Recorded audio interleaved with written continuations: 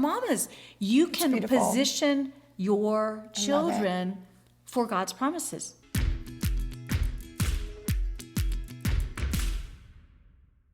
Let's talk about identity. Let's talk about, because really, to be honest with you, human identity is really, really under attack right now. Mm-hmm. You know, it talks about in the days that we're in right now, in the book of Romans, it says that women are going to forget how to be women, and men are going to forget how to be men. Yeah. And it's going to say because they don't worship God, they forget how to be human. Mm-hmm. And in our expressions of masculinity and femininity, that is an expression of the image of God walking on the face of the earth. And right now, this is all being messed up with, and we as moms, we like want to make sure we do it. And I'm just going to be really vulnerable. You know, I found myself really challenged because, because first of all, my husband travels a lot. Now, I love my husband, and I knew that he was being obedient. So here's the thing. There's provision in obedience. Even if it doesn't look like the provision I wanted it to be, like I wanted my husband to be home more, working with homework with the kids, and maybe doing devotions until I figured out how awkward that was. You know, like, and, you know, I wanted all that to happen. And then I just realized that's not what it's going to look like. And then my oldest son, as he began to approach puberty, this is what they do. They push away from their mom. I'm so sorry, Havilah. I'm so sorry to be one to tell you this. They say they kill off their mom a little bit. They try to. They try to. No, just my oldest son did it. My other ones didn't do it, but just kind of did the okay, you know, I'm not a mommy's boy anymore. Okay, I'm not really you. And this is what they're trying to do. They're trying to disassociate from the female because they want to associate with the male. And you have to intentionally help them with that. And this is what I was able to do because I found that my son was disassociating with me, but his dad was unavailable because his dad was traveling. So then he resented that his dad traveled, and then he resented that I was around, and so he'd be mean to me because I was the one that he could be mean to because I was around. And so I remember I called one of our board members, this beautiful man, beautiful, wise man. Lauren, we love you so much. Anyway, I called him and I said, I don't know what to do with this because I know John is being obedient. But there's this gap. There's this gap. And he said, oh, no. You tell your son there's no gap. You tell him that he is going to process the rest of his life with the female, his wife, for the rest of his life, and that God is actually preparing him now how to process things with another woman, and that God is going to take care of him, and there's not going to be any problems. Enjoy his dad when he's home. Don't be mad at his dad because when he wasn't home. Enjoy his dad when he's home. And so so I had that conversation where I said to my son, I know you want to pull away from me because you want to be a man, but that's not what men do. Men don't alienate and disassociate from women, because that principle that it's not good for man to be alone stands, not just in marriage. It stands. That's great. We process things well together. And so, as a mother of men, it looked different. I became more of a coach. But I also went to him and I said, I remember they started kind of changing around 11, 12. Yeah. I said, I've never had an 11-year-old before. I need you to help me. If you're feeling like I'm overbearing, if you're feeling like I'm saying things, because they get really sensitive and you're like, whoa.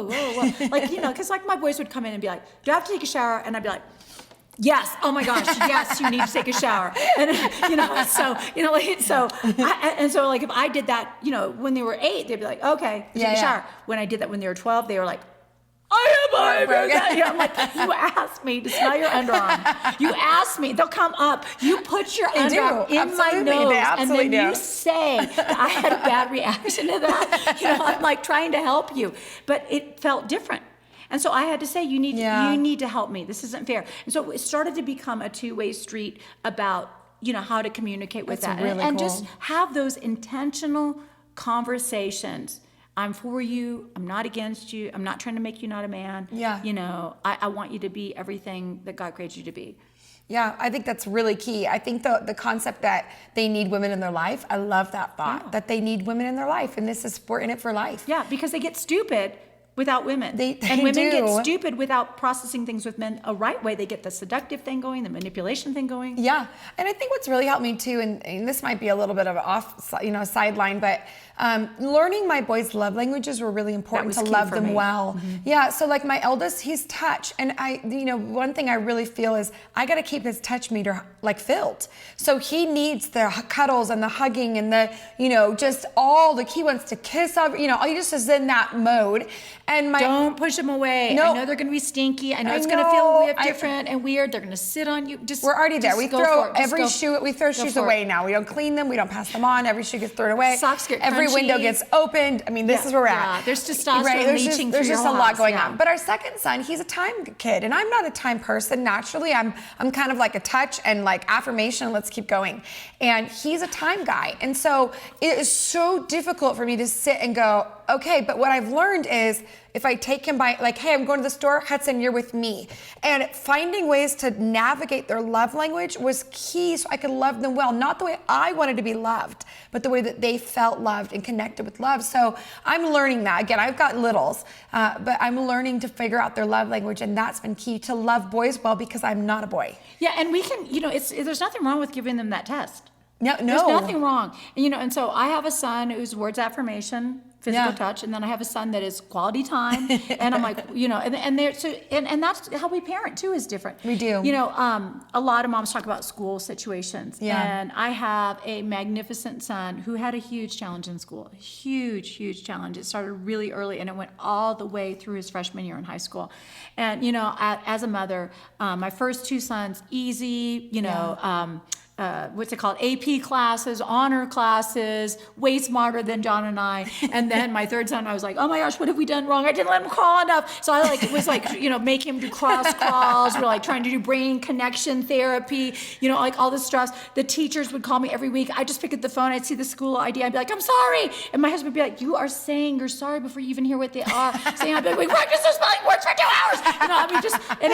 I made it like I was nervous about it. I felt like a failure. What have I done wrong? What have I done wrong? And this is that mommy shame. It is. That mommy shame. I thought, did I put him in front of Sesame Street too long? Was I lazy? Should I not put him in that bouncy seat? And, right. So I went through all that stuff. And then, my husband just said, Lisa, stop this. Stop this. All his pieces are going to come together. They're going to all come together. My husband said, this kind of happened to me. And all my pieces came together my sophomore year in high school. I'm like, he's only 8 right now. Please don't tell me that. And so we got 7 more years of this. And we had a revelation that every single day he went to school, he felt like a failure. And his challenges were such that he was in special education. Yeah. And so we decided that at home, he was going to be celebrated. And so instead of saying, oh, okay, wow, we've got another D- here, praise the Lord. Instead of saying, what were you thinking? Why are you paying attention? We started speaking to his destiny instead of where he was. So we started saying things to him like, Alexander, we love the way you think. We just love the way you think. And the other brothers were like, he doesn't think. That's like he's like distracted. He's like daydreaming. And then in my head, I was thinking, they're right. He's not thinking. But in my spirit, I would say, no, he thinks. He just thinks differently. That's right. And here's the thing. We need a generation that thinks differently. We do. And so we would just keep speaking over to him. We would say things like, you're probably going to discover the cure for cancer because you think different. Or you're going to be innovative. You're going to be creative. You're going to be this. And it was amazing. We watched him go from special ed and struggling to getting great grades, going up 1 whole grade point, to by the time, he was ready to graduate, and his ACT score was so bad that we actually just started laughing. I mean, he and I met with the teacher, and they showed me his ACT score, and I just looked at it, I started laughing. I was like, how did you do that? And he was like, I don't even know. And I was like, oh my gosh, I didn't even think you could get a score this low. And they were like, you guys, this isn't funny. They're like, college is not an option for him. I'm like, well, actually, it is. Yeah. And he ended up not only going to college, he had scholarship. He worked for a co-op with a innovative school like Samtech engineering. They paid for school. He had straight A's. So he went from somebody that was struggling that's to somebody, but we had to create an environment of nurture for him. Yeah. And not everybody learns the same way. And it isn't your failure, but you do need to be able to find out how your kids hear love and then also how they learn. Yeah. And then you need to get them in an environment that fosters how they learn. And, for him, the public school was a better option. The public school gave him tools. They gave him things where he could dictate things. They would give him the testing on his spelling orally rather than writing down. And they gave him tools. And he ended up graduating the student body vice president, closing out the graduation speech. And he became something that nobody else did. He was a peer counselor because he understood what it was like to feel embarrassed. He used to stutter. None of that ended up staying. But, we as moms, we can frame a world for our sons Right. by speaking to their God-given identity. Another one of my sons, and again, I'm only kind of dominating this because No, I have it's the good. older boys. I love it. Another one of my sons was going through some stuff, and I said, you know what, I'm going to forge you some swords. And I just took a bunch of different scriptures, and I created them in a prayer dynamic for him. And I said, this is your sword. And I was like, Austin, here's your sword. And I just gave him all of these scriptures that were promises over his life or just promises of God. And he would pray this over his life. And he said it was a lifesaver. You heard him say that last night. I did. It was just a lifesaver for him. So mamas, you can position your children for God's promises. In their future, you can speak to their destiny. Don't be confused by what the school's saying over them, what's labeled. Don't let them be labeled. Don't let the limits come on them. Give them a room that is. Say, I love the way you think. That's right. I know this doesn't get reflected in your grades, but I love that you're out of the box. I love that you're innovative. I love that you are completely different. I love your strength with perception and relationship, and find their strengths and focus in on their strengths instead of pointing out their weaknesses. So. Yeah, what do you think? I love it. No, I agree. I think even myself, I had learning disabilities and had a lot of, my parents believed in me, which was huge, but I didn't think like everybody else. And I feel like certain kids peak at certain times. I don't know if that's true, but, I know specifically for boys. It's later. It is later. And for boys, their brain doesn't develop till 25. I've heard 26. I mean, it's right around frontal there, lobe. Frontal it's lobe. that frontal lobe. And what is it's the reason, it's the response. And, if I do this, is this gonna be a consequence? And how, you go, why didn't you think about that? Well, they didn't. They don't have that capacity. That's why we want to teach them healthy boundaries so that they make good choices and they've learned how to make good choices versus what they can see. I would agree with that. And I think it's beautiful to pick that out. As someone who is a recovering, person who didn't have a lot of hope that I would look like everybody else. It's been one of my greatest assets is the fact that I'm a strong-willed girl. I was a strong-willed kid, but I've been able to hone that will for the kingdom. And I think your kids will. If you have boys that are strong-willed, and I have at least 3 alphas in my home out of my 4, honing that strength versus saying that's wrong or that's bad. I think it's important to say we love that, but we want to make sure we use that for the kingdom or use that for, in a health for your life. So, and self-control is the first fruit of the Spirit. Yes. And, helping them learn with self-control without, there's, impulse control. One of my sons, they wanted to put him on Ritalin, and I just didn't want to do that.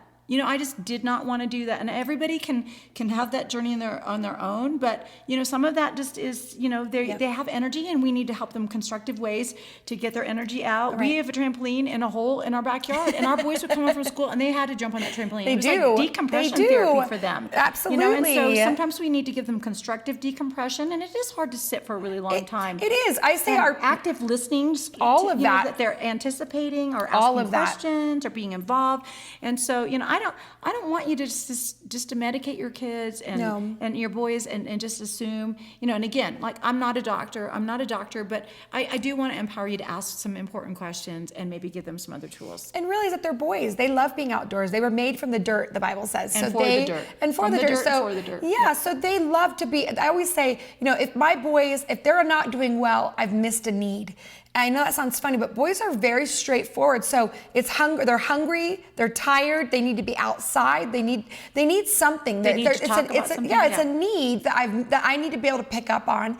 And I found that with my boys, that's been one of the most helpful and honestly, there was one issue we had with our boys where they were getting behavior issues. Like we would get called from the teacher and they can't sit still and they're interrupting and and we thought it was behavioral. So we're doing all these things of, and my kid would be like, well, yeah, I was in the principal's office. And we said, when did that happen? He's like, well, it's my 3rd time this year. We're like, I'm sorry, what?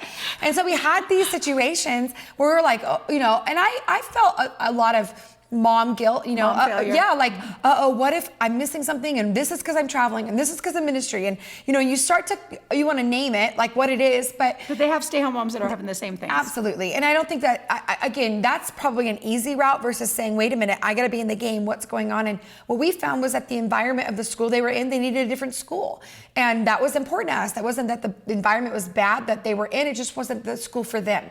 And we made a big move, and we put our kids in a different school. and we have not had one call from a teacher or anyone, faculty, because what the fast pace of this school was enough for them. So sometimes I feel that we try to fit them in a certain environment, or really, if it's not working, it may not be the right environment for them. So learning your kids and honoring their environment. I love that you can actually give your boys the love language test. You can simplify it, you can do whatever, but they can talk to you about this, and you can actually find out how they hear love. Now, I don't know if you've got some middle school boys that are beginning to pull away from you. You need to have a new strategy where you can pursue them so that they can hear I love you the way they hear it. Now, some of those boys, that might just be acts of service. That might just mean a plate of cookies when they come home. Other kids might want to be sought out, like my son Austin. He wanted to be sought out. He wanted to know that I noticed that he was not there. And then he wanted me to spend time with him, that I would just one-on-one focus, because there's so much going on, one-on-one focus. I would just scratch his back and we would be able to talk. Whatever it is, find out what that is. Value what it is. Don't demean it. Don't say that's a stupid love language. Honor it and ask your kids. If you don't know how to express that, maybe it's not your love language, say, how can I show that to you? What do you like that I do for you? And just be very intentional with this. I believe that you're going to be building a bond that is with your son that is stronger than you can ever imagine, that you are going to raise up boys to godly men.